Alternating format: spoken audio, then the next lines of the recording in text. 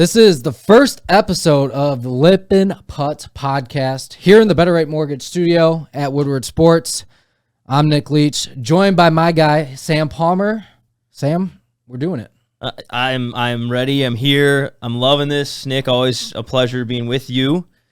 You know, two guys who lip out a lot of putts. So I thought it was a perfect name. But no, we're excited. Just going to get, our own opinions on things. You might like it, you might not. We have a great guest in this episode. I don't know if we want to tease it yet, but I mean, we could keep it teasing for a minute. Yeah, of course. But no, I'm just really excited to be doing this with you. You've obviously had your very successful podcast.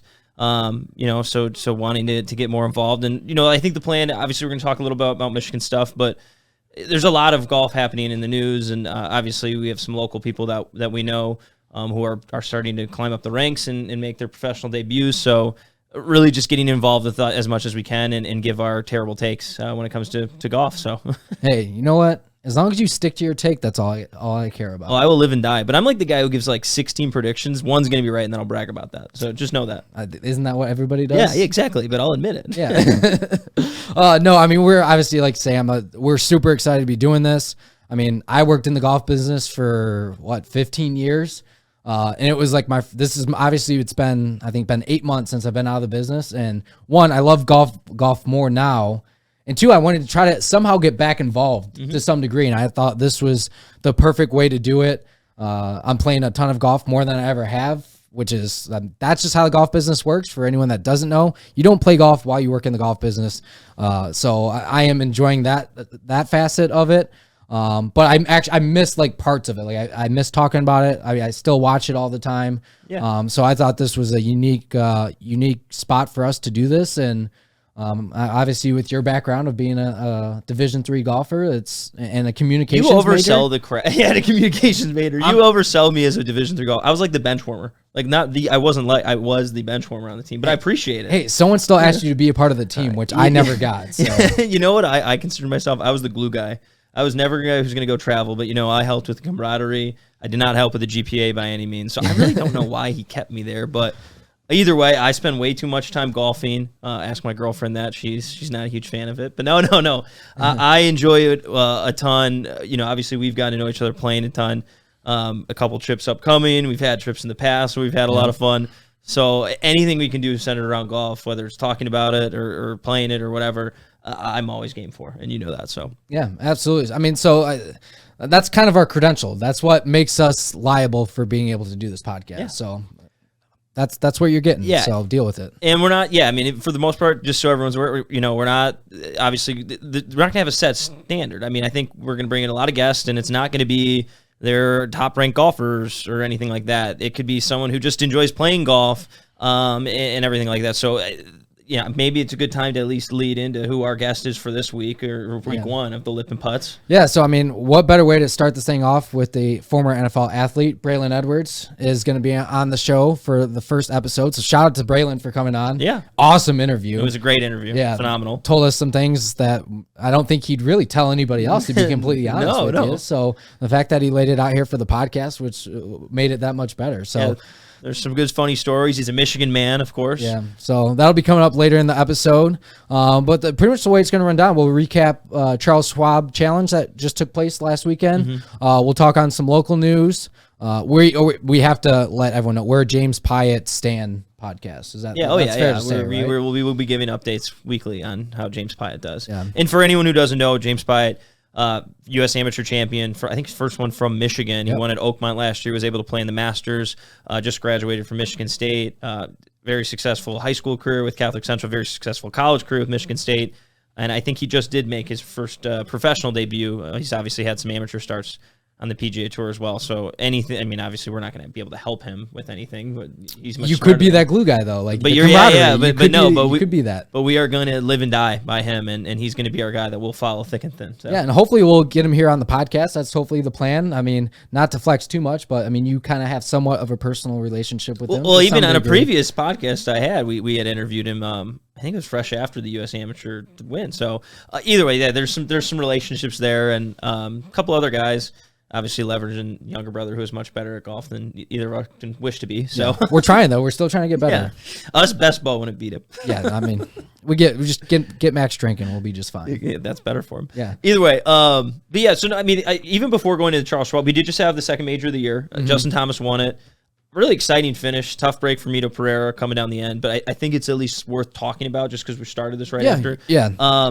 Awesome for Justin Thomas to get his second major. I know that was kind of like the monkey on his back, but he's been playing, I think, the best golf. Obviously, you got Scotty Scheffler, you got Cam Smith, you have Sam Burns, the guys who were just very competitive recently in the Charles Schwab Challenge. But if you look at like strokes gain data, Justin Thomas has been playing at such a high level. He just has not been able to get the win equity, whether it be a PGA Tour event and obviously a major. He just got his first one since 2017. But the guy has been playing incredible golf. And obviously, he's going to be a staple. He's always been a staple within the American, Golf Association. You would say just everyone coming up. But again, it's somewhat worth noting. He just missed his first cut in the Charles Schwab Challenge, fresh after a major victory. Which I'd love to know the stat on like what is the percentage of guys who make a cut after they win a major. Yeah, that if they're played the week after that first one. Well, I was surprised too, right? Because so he did something he never did before this major was he played the week before. So he won the event. So I thought for sure he'd be taking the week off. You'd but think. I mean, man's committed, I think, a while ago. So he went out and played the event. So shout out to him. Kudos to him for doing that. Yeah, I would imagine, like you would think it's got to be pretty high because you just coming off a major. I get he was probably partying all week, but you'd still think the game's in good enough shape to. And he did have. I mean, he had a birdie look at 17. On Friday that he could have to make the cut. It would have got him on the line.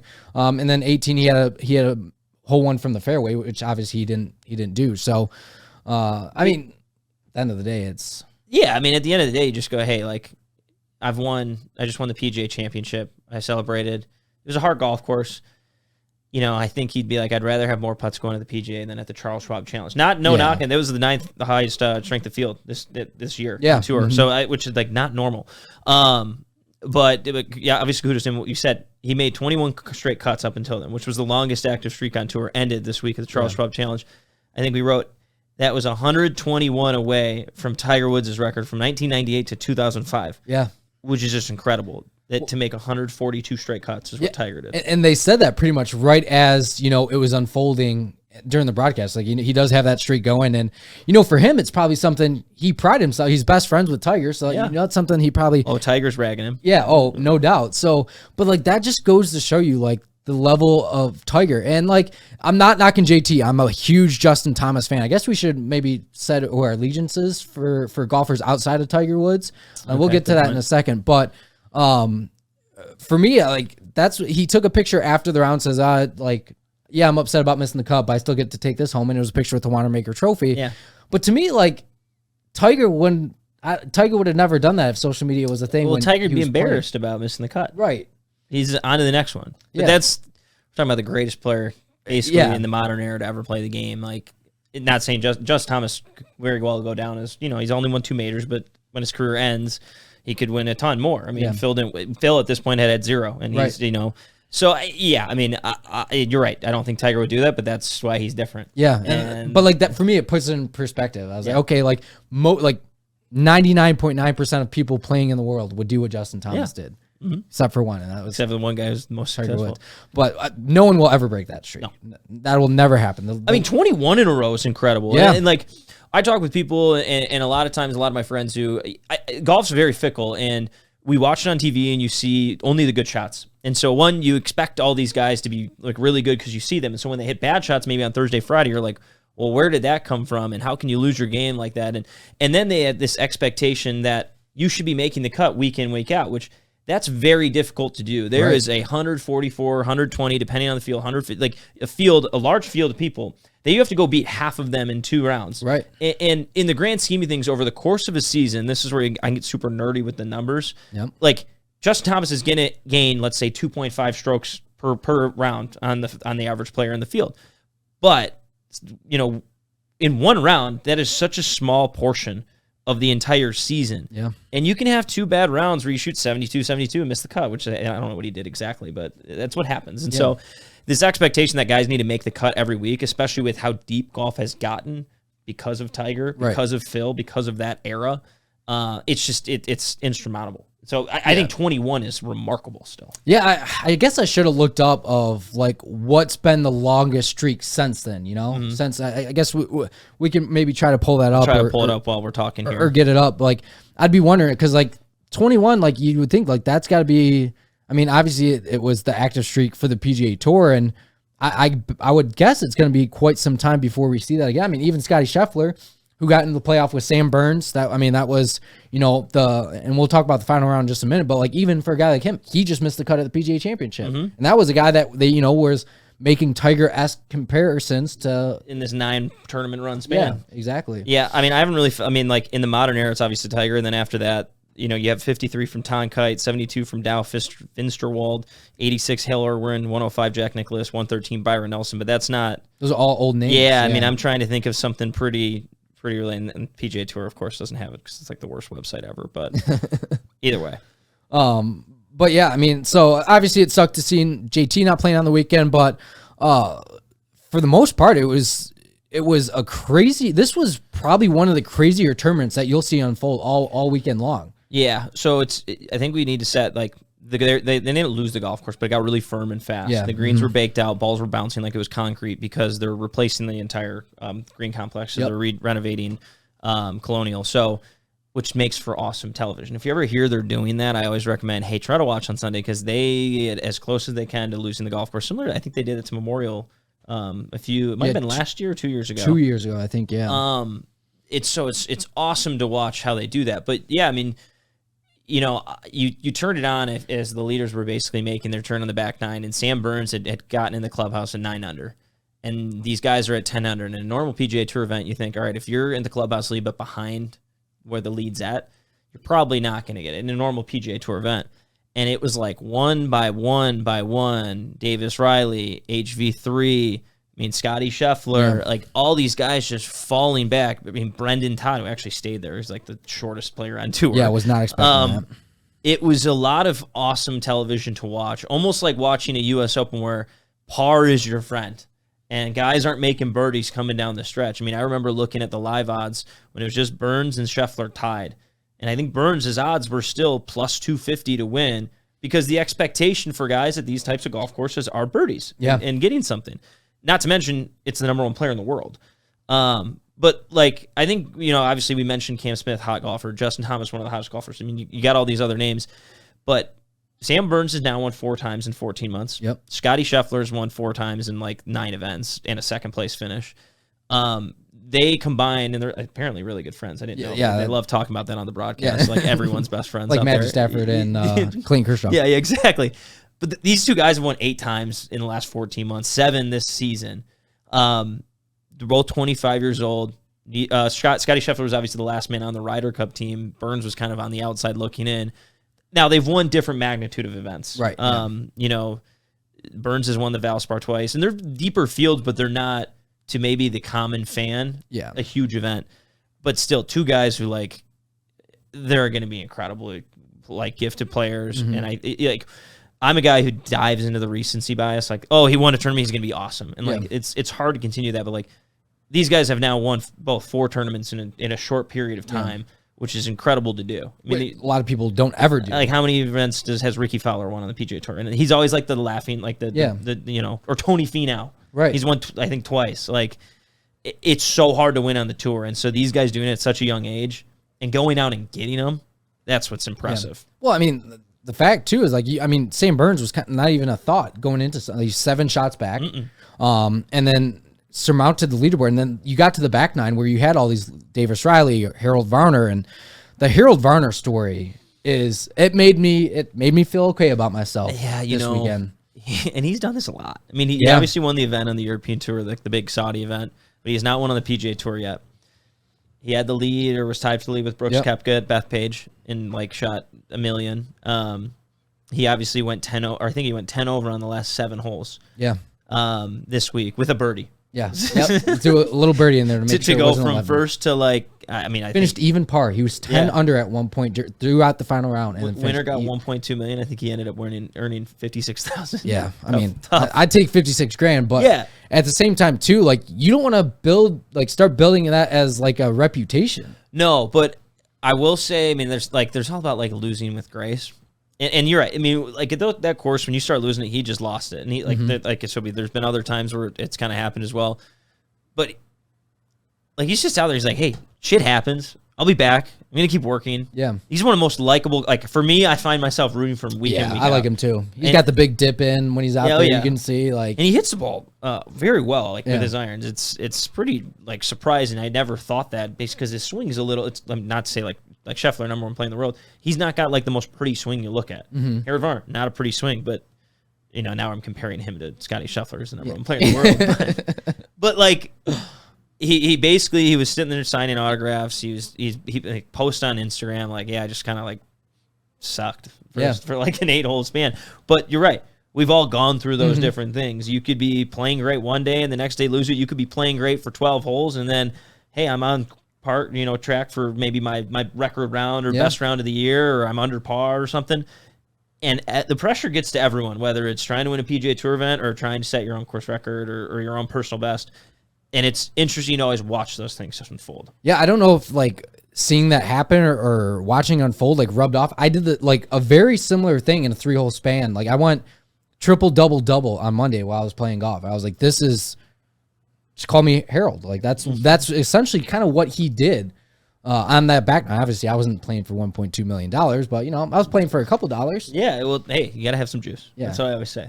Gotta have some. That might be my slogan for the. Oh, I like that. Gotta have some juice. Well, you do. Like, I mean, it's like don't get me wrong, golfing's fun, whatever. I always think like you got to have a game involved with what your group or what you're doing. It makes it more fun. Yeah. That's a sidebar conversation. Yeah. Davis Riley, I think pumped one out of bounds. I think that. So real quick, I think that guy's gonna win some golf tournaments. Like once he wins one, he might win a flurry, kind of like what we're seeing out of. He's been flirting with a lot of these leaderboards lately. And we'll obviously get to our memorial picks, and like. You'll see he's slowly creeping up with these odds and how he's getting, and it's because he's been playing well. I think he's got like 7 top 20s this year. Yeah. He's another, along with like Cameron Young, some of those Mito Pereira, Korn Ferry guys who are always in the mix right now. And it's awesome to watch that stuff. But another young guy, I think, like I said, made his professional debut, James Piot. Yep. Missed cut. Look, you're playing on the PGA Tour. Like, you're not going to make every cut. It's hard. Yeah. He was actually, I think it was like with 9 holes to play, he was around the cut line, needed a few birdies coming in. Yep. Ended up making I think it was like 6 straight bogeys, which, look, at that point, he's pressing. Yeah. But guys have said, hey, if I miss the cut by 8, if I miss the cut by 1, I still miss the freaking cut. Yeah. It doesn't matter. Yeah. So I'm going for it. He gets to make his debut, or not debut, but he gets to play in the Memorial this week. So hopefully he's able to turn around. But it's a big summer. Graduated Michigan State, obviously trying to earn some status, and hopefully he's able to figure something out there. Yeah, I mean, for me, I think it's just a matter of time. Like we saw him at the second round of the Masters. He actually bounced back, had a good second round there. So for him, it's just kind of putting 2 rounds. I mean, he shot 73 in round 1, and I think he followed up with 76. But like you said, with that string of bogeys in there. So for me, I think hopefully now that he's turned professional, hopefully that maybe alleviates a little bit of some pressure off of him of getting to that point. And I should have looked it up before we. I forgot how many exemptions he has left just into like tournaments like this. Yeah, we're gonna have to maybe use our inside sources come next episode to try to figure out what his schedule is going to be. I'd like to assume he's going to be playing in the Detroit event here. Yeah, I would imagine that. I'd be shocked if he wasn't. I would be surprised if he didn't get a sponsor exemption minimum, into it. Yeah. But we'll cross the bridge. I think. I mean, he's obviously got the exemption to the U.S. Open. Yeah. So we'll follow those things along, which that'll be an awesome U.S. Open at Brookline. Yeah. But I guess the only other in I guess the world of news on the Champions Tour was it. They had the Senior PGA Championship in Benton Harbor. Out at Harbor Shores. Yeah, which is a fun course. They've had it there before. Yeah, I think they do. They've done it like last 3 or 4 years there, I'm pretty sure. And have you ever played that course before? No, I didn't. The 1 year I lived in the west side of the state. No, I never. I've played it one time through a Michigan PGA event that I played it in, I think 2 or 3 years ago. Now, it's funky.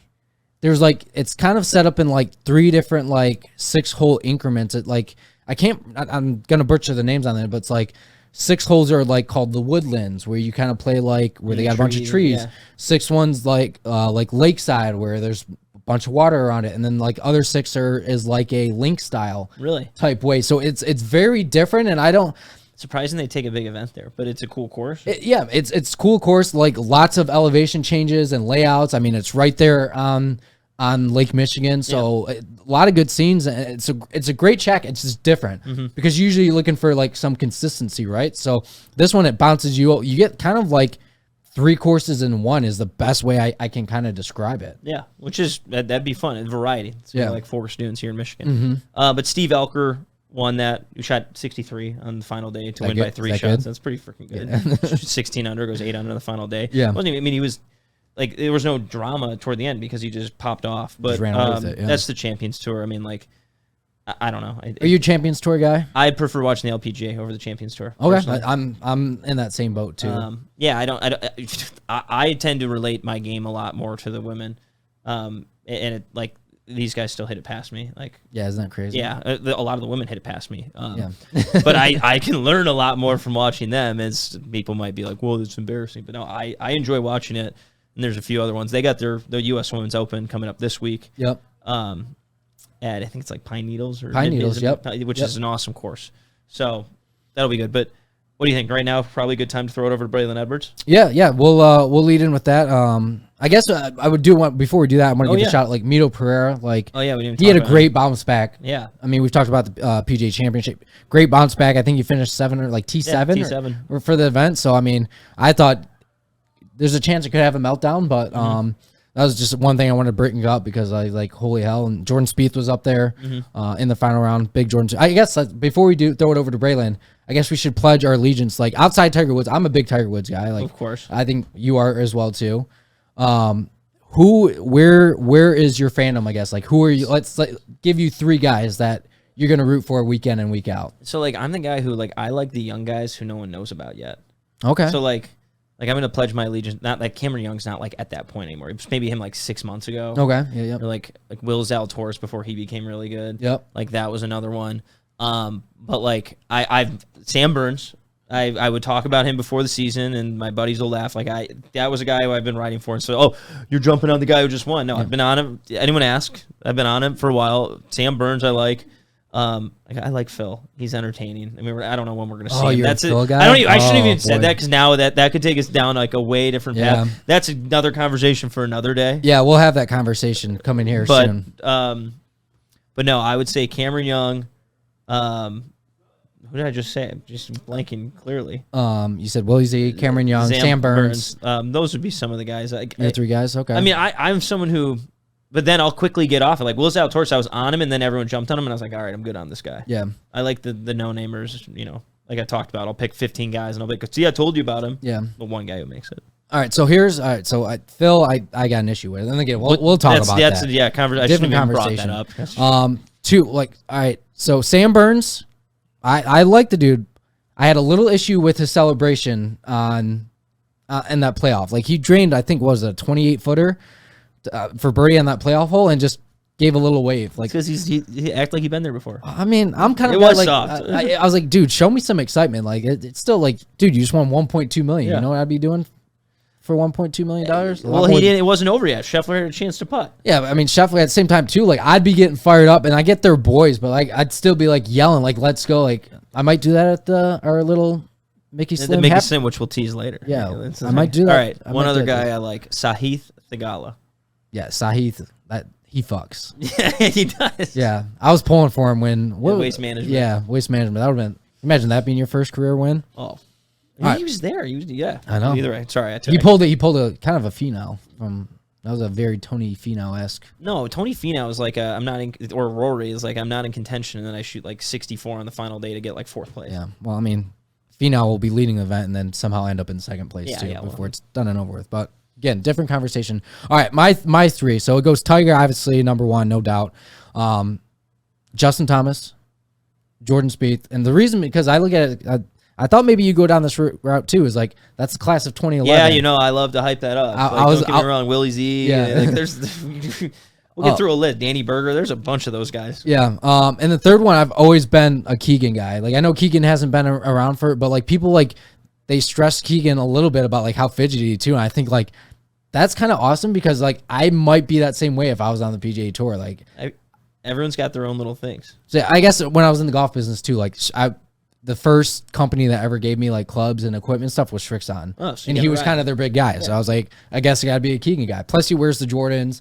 first guy with that. So Yeah. I guess that's where my allegiance. But I love the celebrations from JT when he hits a big putt and and things like that. So yeah, we went way different angles. You got like the stars. I got the hacks. well, I mean that's fine. That's what you want diversity on this podcast. You're right. You're and that's right. what people are getting. I'll bring you the young bucks. Yeah. Who no one cares about. Keep it. You're a numbers guy. I'm not a numbers guy. So we got a great thing going right now. Yeah, exactly. Perfect. Yeah, we'll throw it over to our guy Braylon Edwards. Great interview. One a lot longer than we thought it would. Yeah, went a lot longer, and then we'll come back. We'll talk a little bit about the memorial. We'll give some picks, and then we'll just tease a little bit of upcoming next week for us. So. Yeah, absolutely. So here's Braylon Edwards. All right, we'd like to welcome on our first ever guest of the Lippin Putts Podcast. Shout out to my boy Braylon Edwards coming on the show today.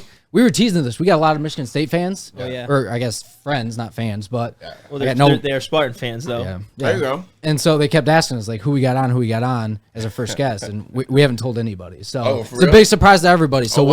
welcome on. How you guys our doing? boy Braylon. Tell them go blue, though. Oh, man, always. They know what time it is. I know what time it is. Big Ten champs. No, but it's kind of this big deal for me, for Sam. I mean, both just huge golf degenerates and love the game. Sam was obviously a college golfer. I worked in the business for years. And I've podcasted before. I've never actually had a guest on any of my podcasts before. You just like to hear yourself talk. I guess so. Isn't that what every person who does podcasts? Pretty much. Yeah, no. Pretty much. But obviously, I know as I've gotten to know you over the last year, golf's actually a pretty big passion of yours and something that you love to do. Yeah, I love, I've golfed since I was 12. I think my dad, played NFL, so he used to go a lot of those charity outings, and so I would always tag along. So I started, playing then, driving ranges, and all that kind of stuff, putt. But, I played in college, played in high school, but I started getting serious when I was in the league. I lived on a golf course, just loved going out there, and then older I've gotten, it's just something about being outside, man. It's like the trees, the grass is always fresh cut, it's beautiful, it's like staring up into space. I literally leave my phone in the car and I don't check it to the turn. And then I go back out there too, unless I'm expecting some business calls. But it's just peaceful, man. You can go out there, you can play. And I always tell myself, I'm not Tiger Woods. I'm not Rory, you know what I'm saying? I'm not JT. I am Braylon Edwards, and I'm out here just have a good time. Do you ever play with people who get really angry, pissed off on the golf course? And you're hey, I do, and I get mad at them. I'm like, why are you that mad? You don't get paid to do this. No. And even the ones that get paid to do it, you'll watch a 4-day event and see some horrible shots. You're like, okay, cool. I don't feel too bad. Oh, yeah. I don't feel too bad. But those people get on my nerves. Just have fun. We got a couple buddies like that. Oh, no. I mean, we've all had those moments. Yeah. I mean, we've all broken, clubs and everything and get frustrated and stuff. But so, you talked about obviously getting into the game of golf and what brings you back. You just love being out there. You kind of feel like you can almost get away from the world, which is awesome. I know people who can't, but you can just shut it down. Also, I understand golf more now. When I was first started playing, it was just kind of the athlete thing. Yeah. It's okay, I pick up a club, I'm holding it right, I can hit the shit out the ball. You know what I'm saying? So it was just fun. But then when you start paying attention to golf more, you start reading Golf Digest, you start watching the Golf Channel. You know what I'm saying? You go to the driving range 5 times a week. Then COVID happened, and the only thing you can do is golf. Yeah. I literally played 150 rounds in 2020. And so I saw, I watched my game change. I saw the repetition. I saw my shot. I started having control over my gap wedges. I started understanding, the weight of my putter. You know what I'm saying? Foot, angles and all that. So it was exciting. I was like, oh, man, you know what? Maybe I could be good at this. I was going to actually ask you that question. It's when did you know golf is something that you like doing or like going out and doing? And obviously it sounds like 2020, kind of when COVID happened, was kind of it for you, or have you always just kind of played more or less just because you got asked to be in outings and stuff like that? I don't know. I like golf. You know what I'm saying? I've always liked it. I like going out there, driving the cart, you know what I'm saying? And golf was the only thing I can get up early to do back in the day. I'm not a morning person. I've gotten better now, but I can always get up and play golf. That let me know that I liked it a lot because I can get up and do it. And then just watching shots, man. This little ball, you know what I'm saying? And try to put it in the hole. As few shots as you can take. I think it's a great game. But there's something to be said, former athletes. I mean, you're a football player, the highest level, played in Michigan, played in the league. We see a lot of times hockey players make a transition to golf. You don't see it a lot of time football. It's how'd you get quarterbacks, you're right. How'd you begin to develop that skill set? And was it just, hey, this is just a ton of fun, I'm enjoying it, and the more you're playing, you're getting better at it? Or was there things you did? I just like playing everything. Yeah. Like, I'm just one of those guys, like I like ping pong, golf, pool, bowl. I mean, It's competitive. It's a guy's guy right Gotta there. have some juice, you know. Right. So that's who I am.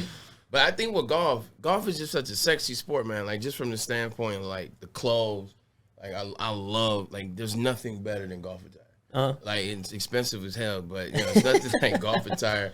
I mean, the shoes, you see the Jordans, and, like, the golf balls, and, like, whenever you get something new for your golf bag, or, like, for your, you know what I'm saying, whatever you have, you're excited. You get a new driver, you get some new irons, you know what I'm saying, you get some new shoes, you get a new bag, you know what I'm saying, you get new things, you get a new 60 degree or 48 degree, so it's fun. Like, every time I go into a clubhouse, it's like walking like to a candy store. It's like, oh man, what am I buy today? It's just expensive. Brother, and you'll laugh. I got excited because I got like a new golf speaker, like an accessory, and that stuff. Like, not even like new balls. Like, it's just all that stuff. But like a lot of what we're doing, obviously related to Detroit, Michigan, everything like that. And we don't want to make it all about that. But where have you spent a lot of your time golfing around the state, and where's some of your favorite places to go typically? Ann Arbor. You know, it makes sense. I wonder why. But yeah, I spent a lot of time in Ann Arbor, and then I moved back there. I was dating a girl in 2020, 2021, so I was living in Ann Arbor. So I played Barton a lot, Stonebridge a lot. I was a member of Radrick, Eagle Crest right down the street. You know what I'm saying, off 94. So I was staying around there. But then here, when I'm around this area, I guess the West Bloomfield area, you got Red Run? Red Run, yep. You got Red Run. Ronnie's a member over there, Illich, so I golfed there with him. Orchard Lake is nice. Plum Hollow randomly. Bay Point is one I golf like it's right by my house. Okay. And I love the view of holes 5, 6, and 7. But wherever. You know what I'm saying? Like, people hit me up, come out to Rochester. It's a hike. Yeah. I'll go do it. Moose Ridge, you know what I'm saying? So Ooh, Moose. That's a good. anybody, I feel like you're up north there. Track. Anybody want to have me out? I'm down to play. You'll go wherever. So I'll travel for golf. I'm kind of the same way. Like, if someone wants to, like, hey, we're out on Lake St. Clair on the weekend, I'm like, I don't really want to go out there, blah blah blah. But like, you call me, let's go play the Orchards in Washington. I'm there. Like, let's go. Yeah. I'll give you an example. Like the Frankenmuth outing that we did last week. If I just was broadcasting or doing a show, I wouldn't have went. You would have pulled me. I wouldn't have went. I would have been like, look, I see y'all on Friday. But because they wanted me to golf an hour, I was like, all right, cool. I'll drive an hour and 10 minutes. It's fun. I'm not the same way. Yeah, I love it, man. Well, that's what, like, I mean, they wanted me to go out there, and like, I don't know exactly what they were looking for me to do. They wanted me to go out there. I was like, I can. I was like, am I golfing? They're like, no, you're not. I said, I can do all my work from either my condo or the office. I'll be there. The crib. I was like, you seen the gas prices right now? I was like, I'm good on that. It was an hour and 10 too, man. Got stuck in traffic on the way back. Did you ever play while you're in the league? Play like golf? Yeah, like I lived on a golf course. I stay in Legacy Village in Avon Lake, Ohio. But yeah, I played a lot. I lived on a course. I literally would wait for the last person. So I lived on 3. Okay. I lived right, like the tee box is literally, you look out my living room, the tee box is right there. So I was in the perfect spot. My house never got hit. But by a tee box, smart, right? Yeah. So I would just literally, I would call Doug in Pro Shop. I feel like all pro shops have a Doug. Like, they have a Doug. But I hit him up. I said, "Yo, when's the last tee time?" He said, "All right, tonight is 5:15. It was 5:30." Soon as they would tee off, like I would see the last group, they tee off on 3. I could jump right behind them and play. Oh no, and I always play like 3 all the way back around to my house. But man, I like being outside, like hitting the ball, like seeing the progress, and it's a gentleman's game too. I think that's another thing that I like about the game is, you know, put on golf clothes, you tuck your shirt in, you look nice, you have those conversations, the business deals, you know, all the deals are done now on the golf course. So it's something about feeling like grown up on the golf course. Man. Now it's funny because I like it. Obviously, there's the gentleman aspect, all that aspect, but I also think it's kind of died down a little bit from such a superficial sport. Yeah, than it really was, 30, 40, even 20 years ago. It's become more, I would say, encompassing of everyone. Yeah. So I don't know what I'm asking here, but no, I see what you're saying. You're right. It was once a thing, and it was a gentleman's game, and it was. Well, it still is, but it is, and I think what you're seeing is you're seeing inclusivity of everybody. Yep. Like you're seeing more Middle Easterns golf now. You see, they took back Shenandoah last year. You know, you're seeing women are heavily into the sport. You're seeing black people are heavily into the sport, and they're teaching their kids early. You know, and they're having fun with it. And you're seeing a bunch of diverse groups of people. Like when you go to play, like you know, it wasn't like that when I was going to play. When I was like 12, 13, 14, it was all white people. Yeah. You know what I'm saying? You go to Michigan and more the same, but now doesn't matter where you're at, you're starting to see everybody. You know, so it's cool. Like it's become more like it's a cool thing. Yeah. It's like, you know, it's not stuck, it's stuffy. Mm-hmm. No, exactly. And that was like the big thing. And there's still that aspect of it. It is. But what I've enjoyed so much, even just playing music golfing. Like that was something I hated 5 years ago, and now I love it. I can't play without it. Oh, you didn't want anybody playing music? No, I was just I think I've developed a little different from not being that stuffy type of person.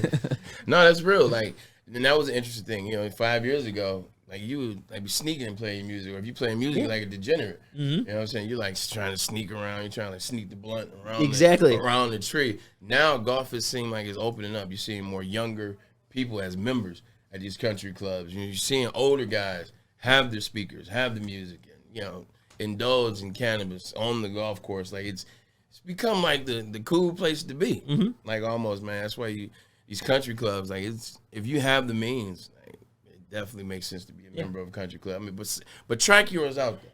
Like I know you guys know better than I can. They'll just be a member somewhere because it's close to your house. Actually, take the time to invest in what they do and what separates them from, you know, Red Run to Orchard Lake to DGC. Mm-hmm. Go ahead. Oh, I was gonna say, who was I kind of want to switch it up a little bit and kind of go back a little bit to, you know, we'll talk about your playing days in just a second, but out of all your teammates or anybody, who's the best golfer you've ever played with, or have you even played with some of the guys on tour before? Like professional golfer or just like either or. I don't know if you played in pro-ams or anything. Well, you played in pro-ams. I caddied for you when you played with Troy Merritt. But like, who would maybe be? Wasn't my finest hour. Yeah, who's maybe a guy that like a former teammate of yours or someone that like people wouldn't know is a really good golfer. All quarterbacks. Every single one. Didn't matter who. Derek Anderson can play. Charlie Fry can play. Brady Quinn can play. Russell can play. Golden Tate's really good. Really? Used to be a cross-handed golfer too. Yeah. Yeah. He's Golden's like he's annoying because I'm good at everything. But when I was living on Seattle, like Golden's like that too, and he beat me in some things, and you know I still haven't gotten over it. Yeah. I play with Steph Curry. Okay. Yeah, everyone knows he's good. Steph's down there scratch. Oh, yeah. He's a great player. Yeah, Steph's down there scratch. You got any stories though? Like I'm more curious, like with any of these guys. I gotta tell them like football stories. All we do is just get drunk in our season, go out there and like hit balls and run in the trees. But I'm trying to think something funny that happened like on a golf course. I got kicked off a golf course before when I was younger. Well, I feel like we gotta hear that story. Yeah, absolutely. We've all had that probably happen at some point. Yeah, at some point we've been at least threatened. Hockey with my golf clubs and stuff and got kicked out at one point. That makes sense. That makes sense. You switch it up. Gentleman's game though. Yeah. I know, right? Yeah, man. I took this girl out. You already see what the story is going. I took this girl out on a golf course because I literally was playing every day, and so she wanted to hang out. I was like, "Look, you want to hang out? You got to come to the golf course." I like where your head's at with that. I was like, "You can see. I mean, it's beautiful outside. You can sit, do some work, whatever." So, long story short, you know, after a couple of holes, you know, I put in another hole. And some of the groundskeepers, I guess, told, you know, we were having sex behind the shed and like kids in high school, and they came out and frowned upon it and asked me to leave the course. So I won't name the course. Was it like 2 in the afternoon or? It was like it's probably around like about 3:45. That's what I'm talking about. That's about 3:45. That's just power moves right there in itself. Yeah, you know what I'm saying. And like, man, a little lunch pound. I can't say I've ever done anything like that before. A little lunch pound never hurt anybody. What else is crazy? So I used to play an outing with you know, Uptown. Yeah. Uptown Bar and Grill. Mm-hmm. Oh yeah, out in Commerce. Yep. So they would do their outing at Bay Point, and it was these drunk guys. Well, take that back. Everybody was drunk. Yeah. Like it's a bar outing. Yeah, everybody was drunk. So these guys were like picking up the geese, you know what I'm saying, by the neck. You know, they had long nets and they hiss at you. Well, those guys were picking them up with their drunk self, and let's just say me and the dude I was golfing with, who's actually a bouncer at Uptown, let's say we handled some business. Oh shit! Yeah, we beat these dudes up pretty bad. I mean, I see like obviously like it's geese are kind of a nuisance to the golf course. Yeah. Like I mean, there was a ton at where I was playing the other day too, but like to me, I'm just like just leave them alone. Like it's kind of part of the experience. Yeah, you definitely. If they're attacking me, they're annoying, but like it's at the end of the day, you definitely can like move around them. Yeah, like geese do not like impede you. Like, you're not going to go to the course with, oh, man, I missed that shot because of that goose. Did you? Or did you miss it because you used the wrong club? Yeah. So, but they were picking them up by the neck, and that was very inhumane. So, no, it definitely is. Yeah. I don't support that. I'm a sucker for animals. I think Sam had a question about your playing days. Back to a little bit football, switching off golf a little bit. You got to ask some football questions. Okay. Yeah, we talked about it. I obviously got a lot of friends who are big Michigan State fans. I grew up Michigan State fan. I support both sides. I'm a guy who didn't go, so I'm one of those people, which is probably like the worst. Whichever team wins. Yeah. No. I choose right before. But I had a curious. I just want to know, 2004 against Michigan State. What happened during that game? Obviously you guys were down going in fourth quarter, but you had a pretty good fourth quarter overtime, right? So people always ask about this game, and it's funny now. I'm like, I tell the truth, is they manned Jaron Hayes up, who's a defensive back. They covered me the majority of the game.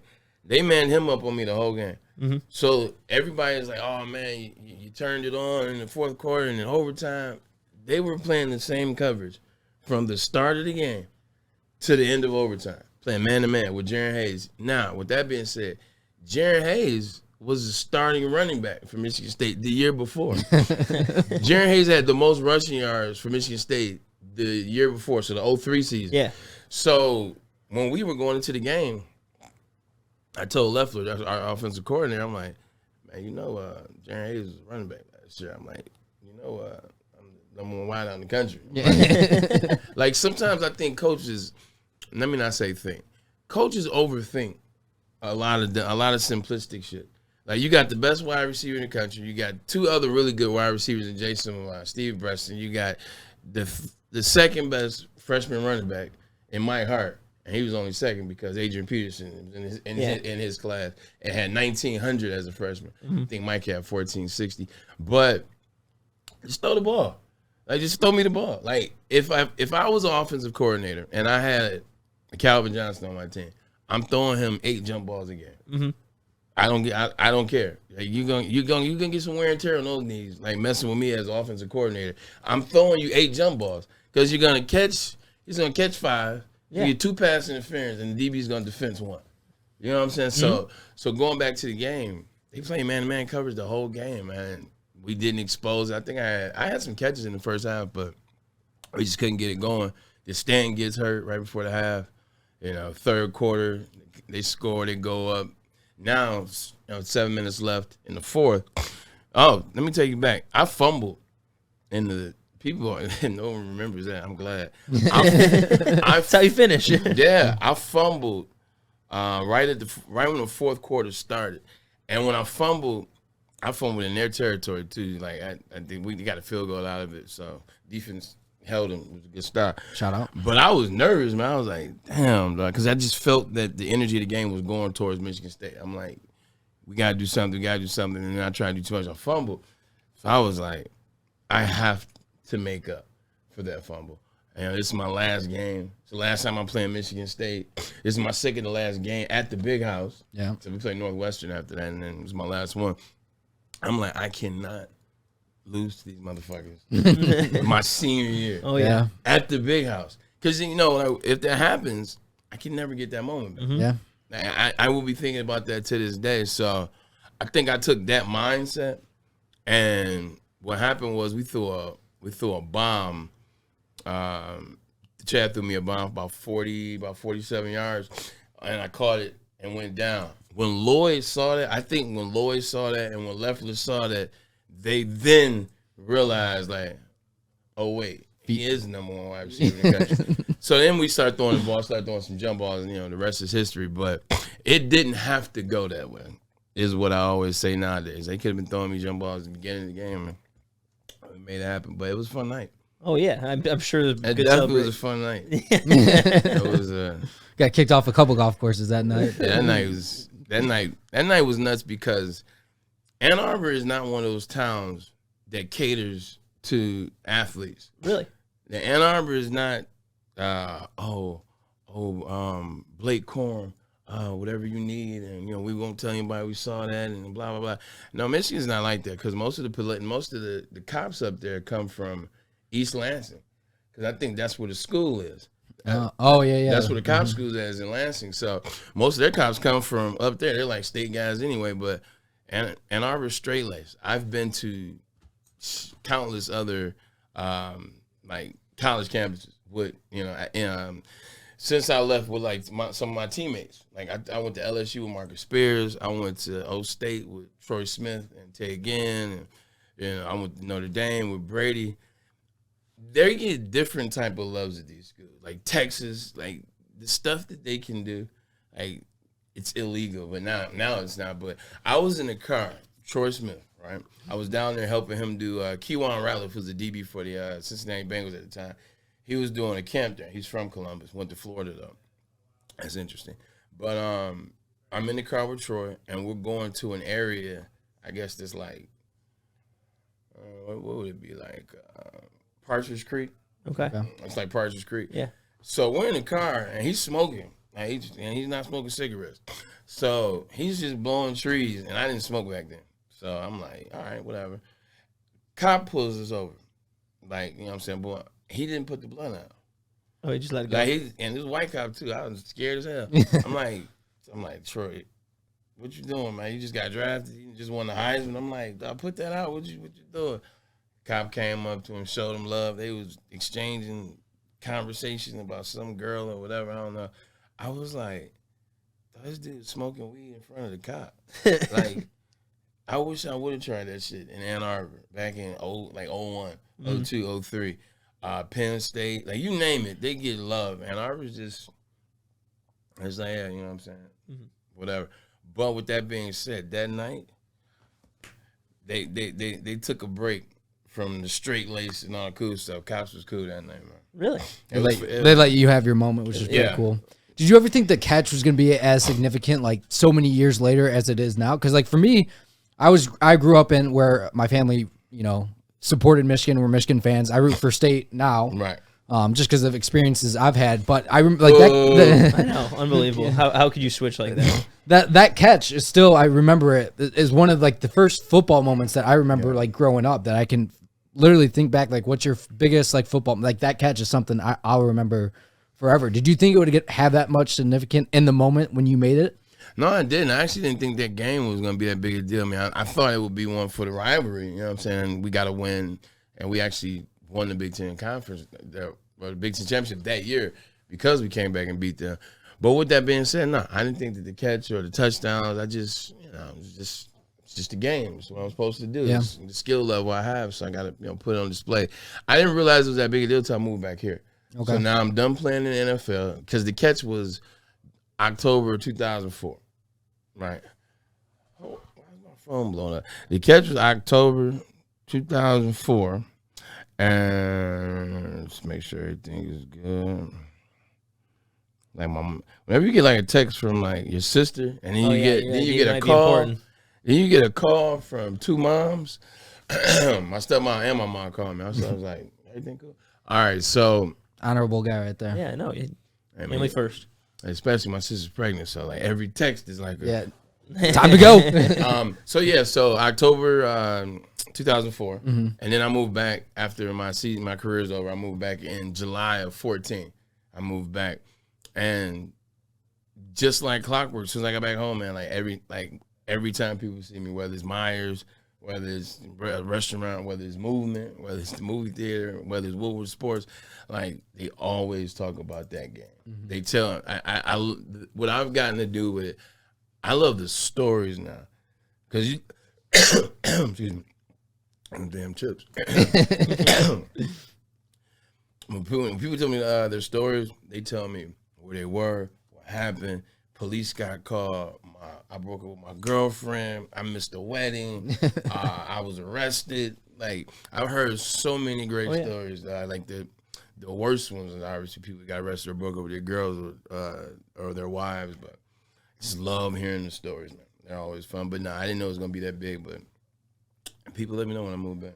No, it's a big milestone in everyone's personal history, and they always associate it with something, which is it's awesome to think about. So, I guess we'll get you out of here soon because I know you're pretty busy, man. I want to talk about Ohio State and that rivalry and how it relates to the rivalry of Michigan State. Because all the Spartan fans are always like, "Well, that's stupid. Michigan State's your big in-state rival." I'm someone that didn't go. I don't understand it. Right. I didn't grow up with it. I didn't go to school at any of them.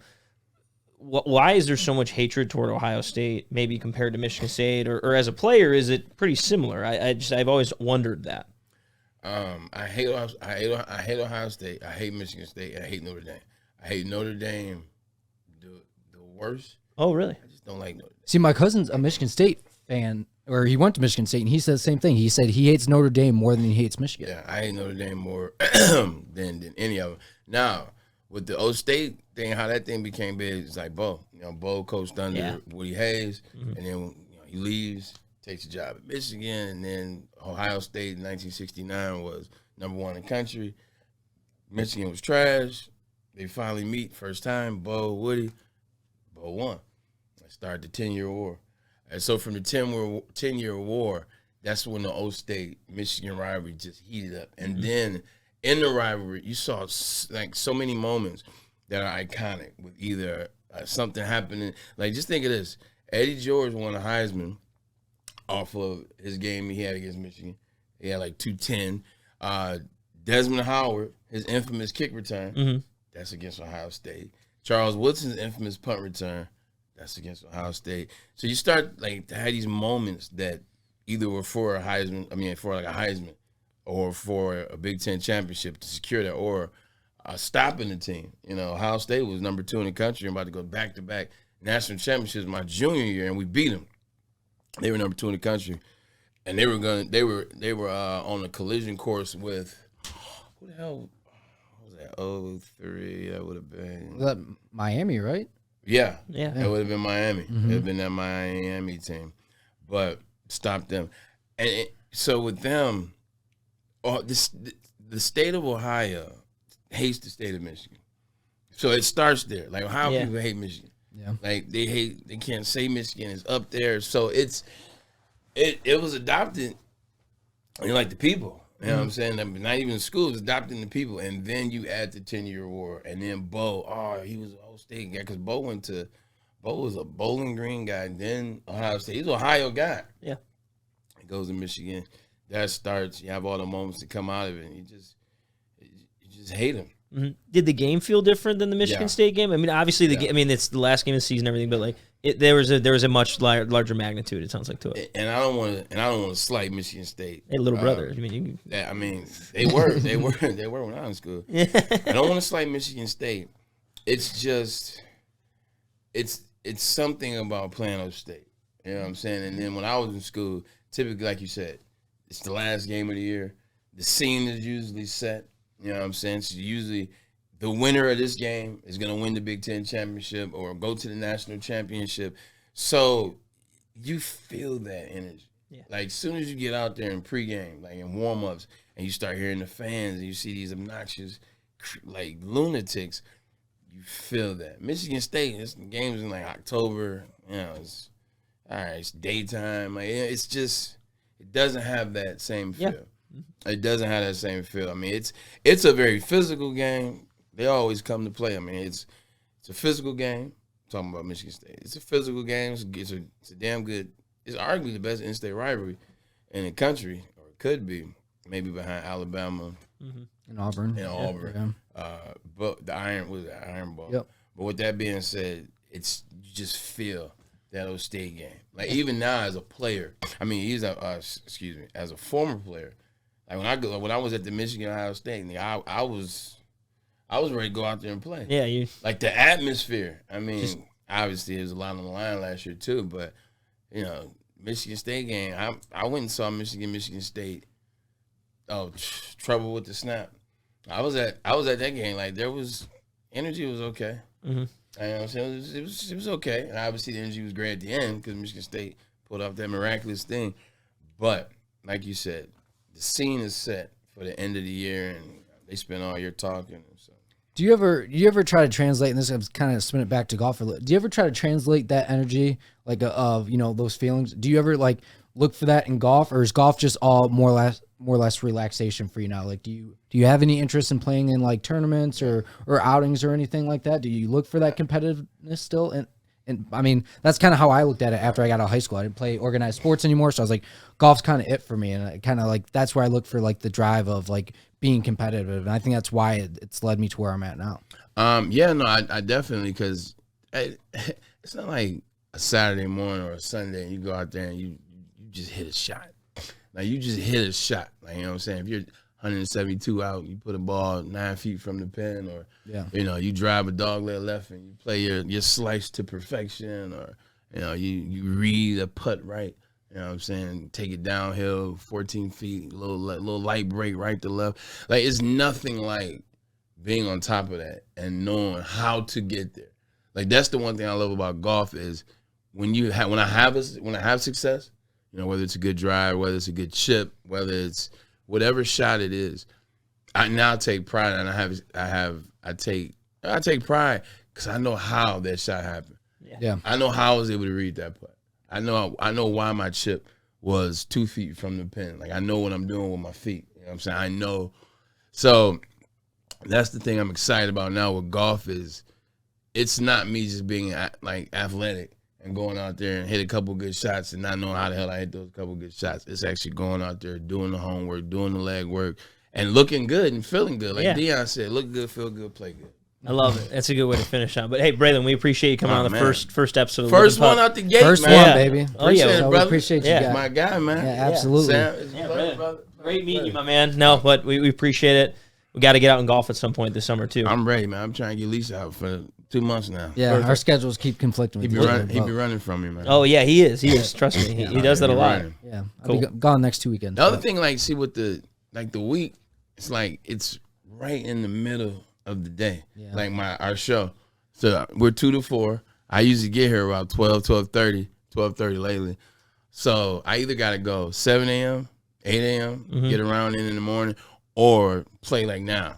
Yeah, like a 4:45, 5 twilight. Yeah, and then everyone's trying to do. You got leagues and stuff on the weekday, so exactly makes it a little bit tough. No, I feel that. I guess one last question. I think this might be something we do with all our guests. What's your dream foursome, and at what golf course? You pick any 3 people with you, and you can go anywhere in the world. Oh, that's pretty easy. Michael, Tiger, and I think that's most people's. But I mean, Michael, Tiger, probably my dad. I had a feeling that what it would be. I wasn't sure about the Michael Jordan in there. I wasn't sure if that would be the fourth, but I had a feeling Tiger. Yeah. I knew Stan would be in there. No doubt about that. Where would you play? Masters, Augusta, or somewhere else? If I'm being honest, and I've played it already. I told you I played this when I met you last year. Probably Pebble. Pebble. That's fair. I think awesome. that's Nicholas's favorite course. I played Pebble last year, and then we ate on 18. It's breathtaking. Yeah. Like, and I understand that Augusta's the nicest golf course. Like, the landscape is out of this world. What they put into, the grass and the greens and trees and all that. I get it, but it ain't nothing like looking over that cliff. No, it's nothing like looking over that cliff at Pebble Beach. The breeze is perfect. It just feels like heaven. Yeah, that's fair. Like, if I were to describe what I think heaven could look like, it looks like 18. Yeah.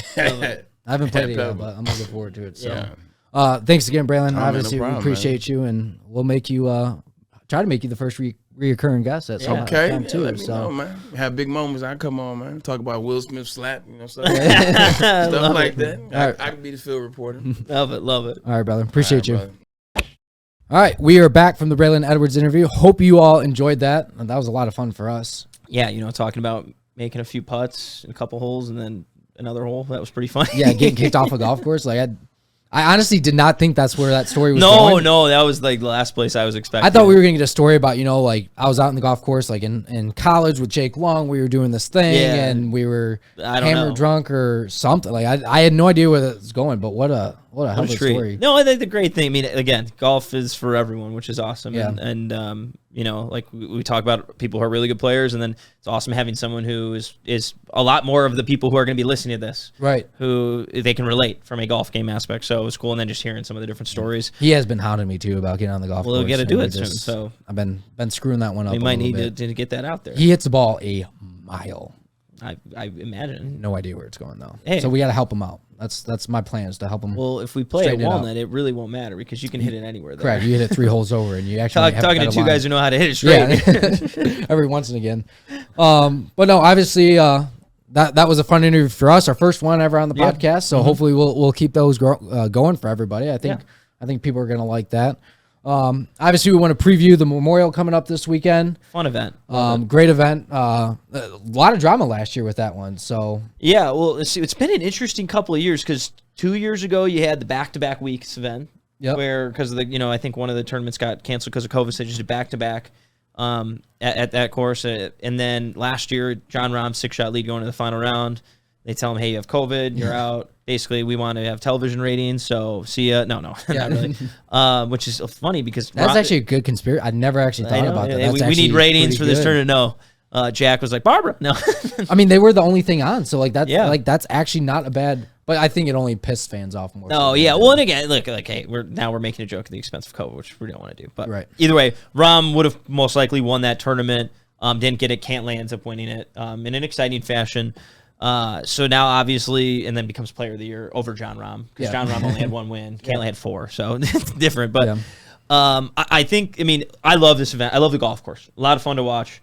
Awesome par 5s, which I really enjoy that. I love watching kind of the featured hole coverage on Thursday, Friday. We'll be a little busy, so we won't be able to get all of it.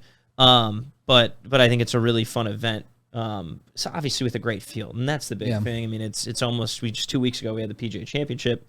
Great field. This is almost all the different same players are playing in it as well. Yeah, this is kind of your one event that you get a lot of the top 50 in the world coming back to play before the U.S. Open in a couple weeks. So it's got a lot. Obviously being Jack's tournament, it has a lot of Mustard. a lot of elegance to it. I guess you could say you want to win Jack's tournament because people consider him the GOAT.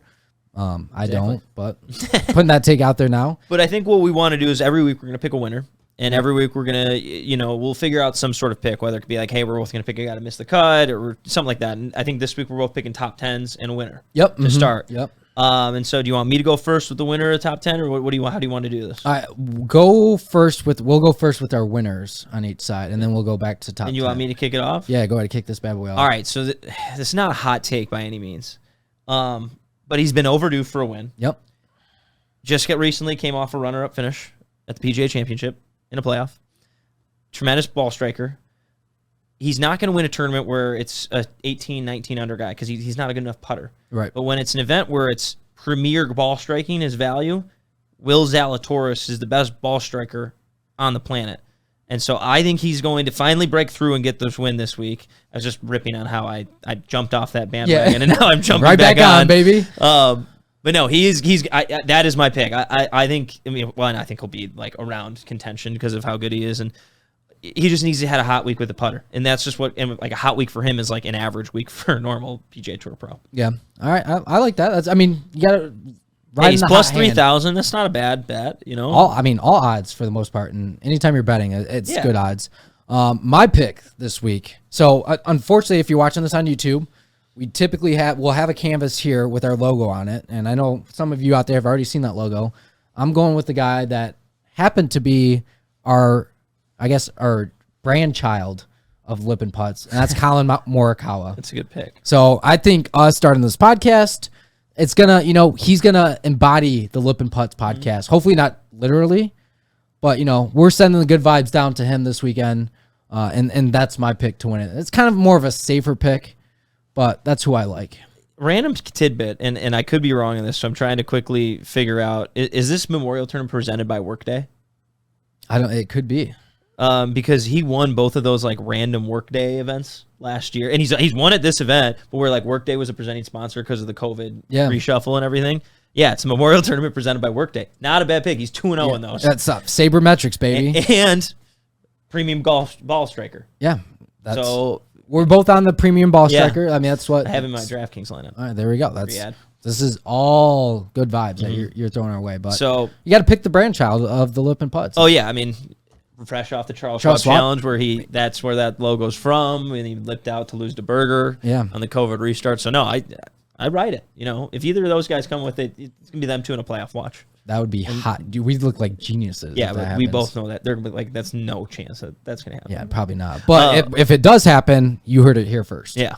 So top 10, I was going back and forth because one guy I really like, and I think he's hitting the shit out of the ball right now, and he also has a really good short game, but he'll be a better pick for later down the road. Like, I love the Irishman Shane Lowry. Oh. I'm not going with him. Okay. I'm going with a guy who I don't think is exempt for the U.S. Open yet. He's from the Northeast. The U.S. Open's at Brookline. He can still do the qualifiers and everything, but based on his play, he can get in the top 50 in the world and get that exemption or win it. These different things. And so I think that's really important to Keegan Bradley. Okay. So I'm going to go for him to top 10. I don't think he wins, but plus 450, top 10. He's been playing better lately. Yep. He was in contention recently. He wasn't able to get it done, but I think Keegan Bradley comes away with a good week. I don't know if he'll officially get in the U.S. Open, but I think this is going to be another stepping stone leading him to that tournament. Yeah, it's been fun to kind of watch his resurgence, right? Yeah. Sometimes when guys go down a certain path, they never come back from, and I guess you look at a guy like Smiley Kaufman too. Like they eventually they fizzle out on tour, and he was dangerous. You know, when the anchored putting went away, like that hurt him immensely, and so he's back. And I love watching Keegan. I don't know how many times this has quickly turned into a Keegan podcast. But the interesting thing is, I'm not a huge fan of watching him. Yeah. I actually when he was in contention recently, I was like, man, that's like the last guy I wanted to win. But then I found out about it. He's in close to getting in. I was like, okay, makes sense. Root for a guy like that. Yeah, and so. But I'll jump on the bandwagon for this week. Who do you got top 10? Top 10. So this is kind of another guy that I think, he's been sitting out of majors recently and kind of a poster child for PGA Tour. Slick Rick. I love that. So he's made 2 straight cuts. He's made 2 straight cuts. Big deal. For him it is though. Like that, I never thought. You would have to say that, but Ricky seems to find something. Like one top 30 finish of those 2 cuts. Some resemblance in some golf game that we've seen in the past. So I think he hopefully gets it done this week. So that's my guy to get in the top 10 because you got to have wicked odds on that, right? Yeah, it's got to be. I think him to win the event was plus 33,000 or something. See if I can find it for you real crazy. quick. I don't have it up on my phone, but plus 700 top 10. He's plus 10,000 to win. Okay. So if you're looking for the juice, I like that pick. I mean, again, we're talking about resurgence. 2 straight cuts, people think, is that a big deal? Making the cut's a big deal. He didn't play great on Sunday at the Schwab. 2 T57 is what he finished, but he was almost top 25. I think it was 27 at the PGA. So I like that pick. He might be another guy I put in my DraftKings lineup again, actually. You got to do it just loading that thing up. So, but no, either way, we'll see how those guys go. Knowing us, we probably just made them all miss the cut or something like that, but we'll deal with that next week. When we start attacking our own picks. But I guess one segment we want to do Birdie Bogey of the week. Kind of a good moment, bad moment. That had happened in relative to golf or not golf, just anything that could have happened. Could have been anything. Could have your birdie moment. Could have watching Will Smith slap Chris Rock a couple weeks ago. That's how it's good. It's not going to be exactly golf related. But I think both of ours actually are probably golf related. This week it is, and it might be next week. But as we get further down, we'll figure it out. But why don't you lead us off? Yeah. All right. So my birdie moment of the week is, I think this is just, especially with the NBA Finals taking place this Thursday, Golden State Warriors versus the Boston Celtics. I'm taking Golden State. I actually said on the Going to Work podcast, Golden State was going to win the championship before the season started. I'm just, not to toot my own horn, but like you said, you got to brag about when you get some shit right every once in a while. So I'm doing that. But Steph Curry was spotted walking out. I don't know if it was a Dick's or something. He was spotted walking out of a store today, and he had all of his golf clubs in hand because he just got them re-gripped.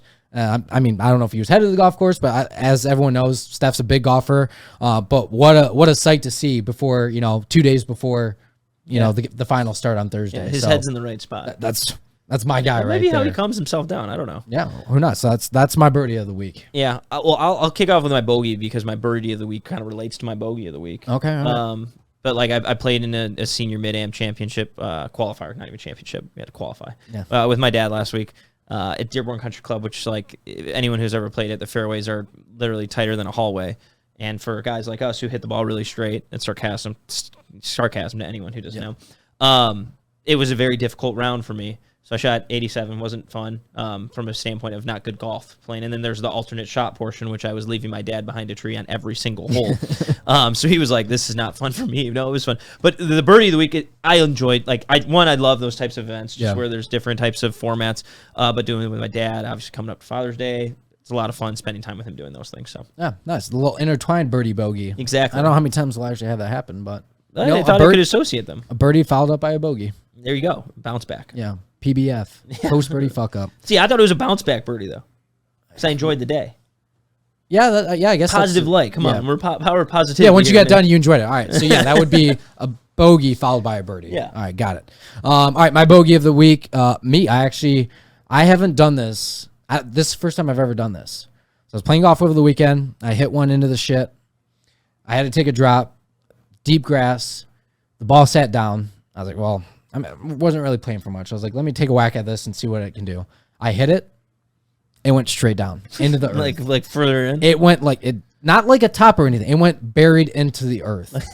Like embedded, bait. Yes, embedded. Yes, I embedded. I've never done that ever. Even when I first started playing golf at 17 or 18 years old, I don't know if I've ever done that. That's impressive. I was like, I heard it. I was like, I didn't see anything. I didn't really feel it on the club face. I was like, that felt really low on the face. And I looked down. I had to look back, and then I literally had to pull sod up to find the ball again. And I make on the hole. Picked up triple. Hey, best rule in golf. Yeah, pick it up, take a triple. Yeah, I love it. Get on your merry way, and that was following a birdie too. I just made birdie on a par 3 and followed up with a triple. Birdie fuck up. That was my first triple in a while too, so I was not too happy about it. I tell you what, 3-4 weeks ago, I was bragging to people. I was like, yeah, I've done a really good job. Not bragging, but bragging basically, tooting my own horn. Which I do a lot either way. Yeah. I was like, hey man, I've done a really good job not making high numbers this year, doubles, triples. I'm really good at making them into bogeys. Mm-hmm. The moment I say something, I speak it into existence. Yeah. Whether it's I've been putting well this year. Okay, the yips come back. I need my belly putter again or something. It's like all this shit happens the moment I speak. So I'm just it's hard because I love to talk about myself, the narcissism coming out, but I need to stop doing that because it just fucks me over even more. At least you acknowledge it though. Yeah, I think it's bad if you don't acknowledge it. But I mean, I'm not. I don't know. I'm maybe narcissistic enough to acknowledge that I'm narcissistic. Is that another trait? It's doubled negative. So maybe I'm not a numbers guy, but I think that cancels out. So you're good there.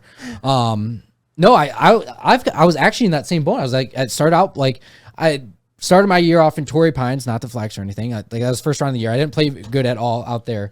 But then I got back to Michigan, started playing a little bit more golf, and I started playing good. A couple scores in the 70s, 76, 75. I was like, okay, we're off to a good start. And it could have been better too if I got the putter working.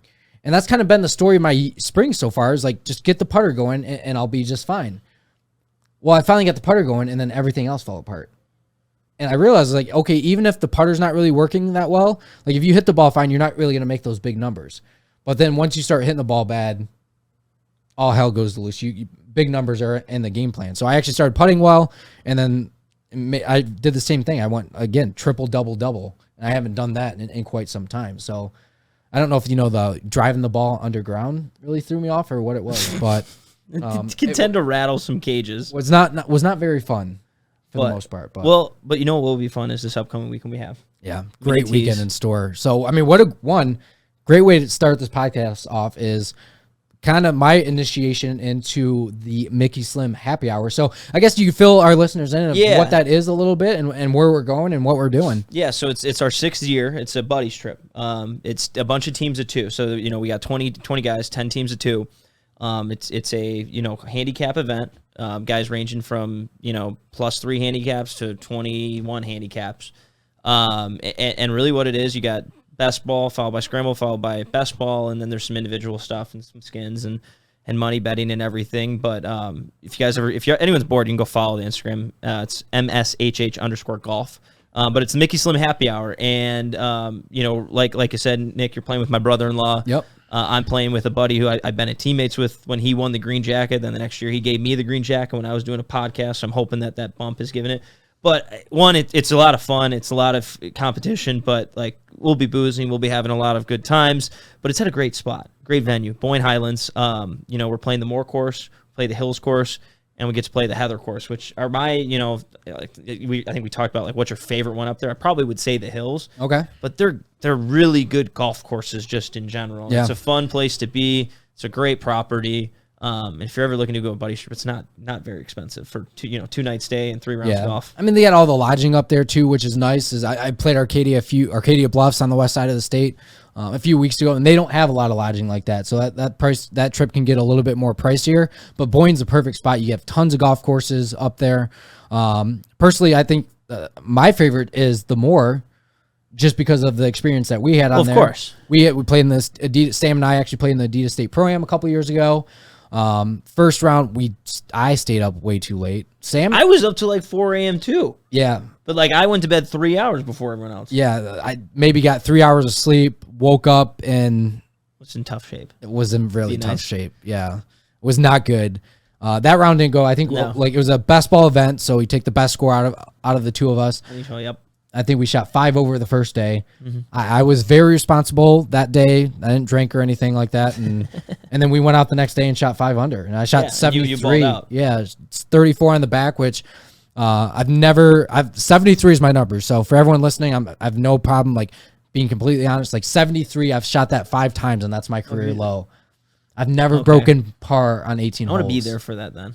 Yeah, so I feel like with the amount of golf I'm playing this year, like I feel like it could happen, but like I mean I shot 87 the other day too, so it's like it's a volatile game. Yeah, that's what golf will do to you, and you just have to take those lumps when they happen. But maybe you do it this weekend. That would do that. Be a great spot. You'd probably to do be in a great spot to win the green jacket and win all that cash. I don't think one guy has won in his debut. It's my partner. He won his debut in Mickey Slim. I got all those stupid analytics on because I have no life. And numbers guy. Yeah, I love spreadsheets and numbers, all that stuff. So, but no, looking forward to it. We'll obviously download a little bit on it next week on the pod. But yeah, we might even have a recap. So if you go subscribe to the Lippin Putts YouTube channel, we're gonna do a lot of fun content on that channel too. We'll do swing stuff. We might even do. We're out playing. I don't know exactly what we're gonna do, but like that, there'll be a recap of that on there, and it'll be there. And we got our guy doing the drone footage up there, so we'll have some footage from it. So it'll be fun. It'll be a ton of fun. Yeah, I mean, we might even ask our drone guy to, maybe we'll do a course highlight. Maybe we'll. Oh no, he'll get some stuff. Yeah. He'll be sitting there drinking the whole time, so he's got to do something. Yeah, so I mean, shout out to Mitch. We don't. There's not really too much else we want to talk about this week. No, I think for us, that's how this show went. Is hopefully how it'll go. For the most part, I don't know if we'll have an interview exactly every single week. Yeah, but we'll try to get guys on here. I think Darren McCarty is a huge golfer. We'll bring him on one time at some point. Being that we're Piot slappies, we'll hope to get him on at some point, but he's busy, trying to make it on the tour. So we know other college golfers out there. We got Benny Smith that plays at Georgia Tech, so turning pro soon too. Yeah. That's kind of the nice thing I think about both of us. We got a very wide brand of people we know, so we hope to kind of just keep this thing interesting, and we'll do our segments. I think the Birdie and Bogey segments, our picks. Yeah, we'll keep those coming week in and week out, and. We're going to probably just start off with a YouTube and a Twitter page for now. So if you are listening to this, go subscribe to our YouTube channel. I mean, if you're already watching, definitely hit the subscribe button.